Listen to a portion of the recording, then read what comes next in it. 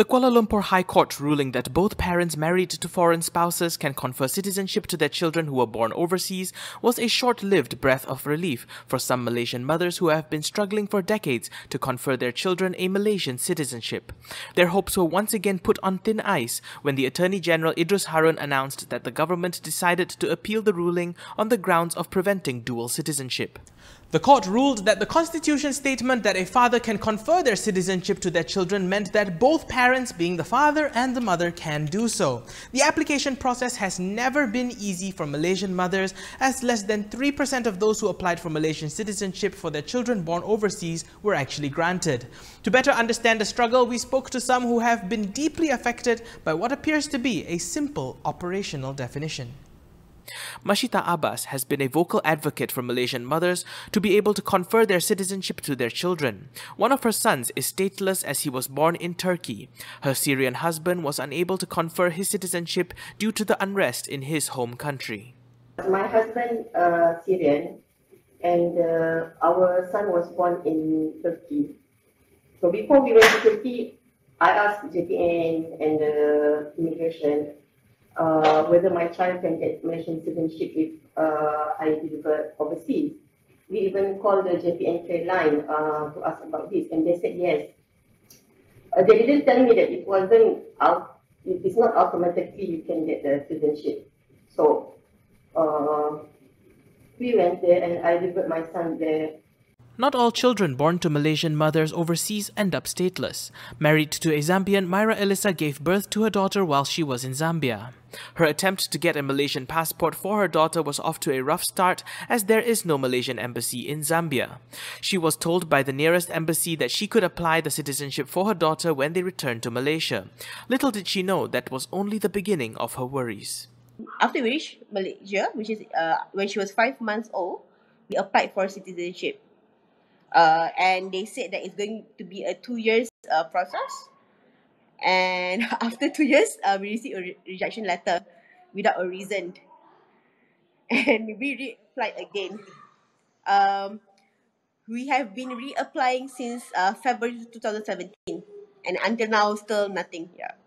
These parents said, although their application to confer their citizenship to their children born overseas were not outright rejected by the National Registration Office when they applied, there also isn't a clear instruction and procedure as to how they can successfully do so. Many of them ended up waiting for years without any answer.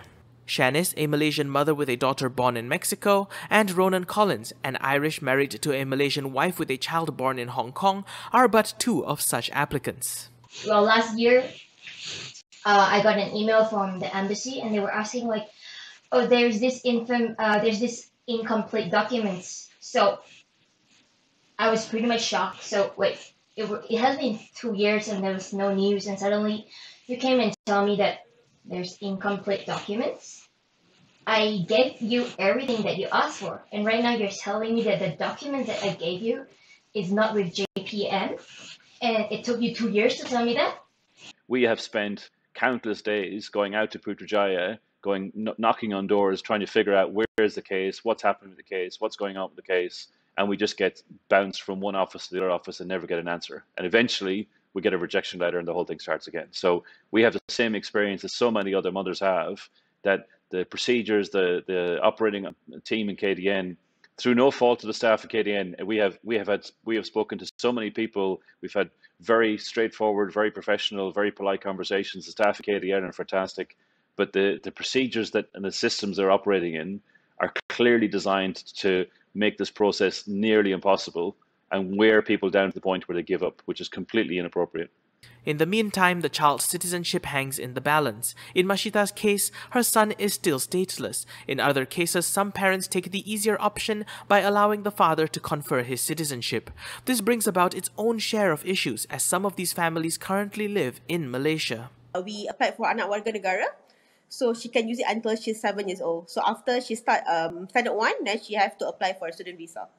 Then with the pandemic and schools closing, then we don't know what visa to use next. Is it student visa when there's no schools, or, so many complications. My son has got a dependent pass on his mother's IC, which allows him to live in Malaysia without being thrown out. but he's not entitled to go to public schools, he's not entitled to public health care. Because my son not Malaysian, so actually he shouldn't get the emergency document. But we lobby for that. We ask for help to bring him back. So it's not that easy to get the support to bring him back, because there is no procedure thing for that. Because he's a stateless person who needs to travel from one country to another. These mothers feel particularly affected, as after all, the status quo was that fathers can confer their citizenship to their children, so why can't mothers do it too? The government not granting my daughter a citizenship is essentially them wanting me to cut ties with my family over there, because my mom started getting a bit sick last year. She wanted to see my daughter really bad as well, but because my daughter is a foreigner, and whenever she goes to Malaysia, she gets a visitor pass. So I wouldn't be able to bring her in. We think a lot about his future. What will happen to him if I pass away? What's going to happen to him? Who will help him? Who will get a document for him? Will this government help him?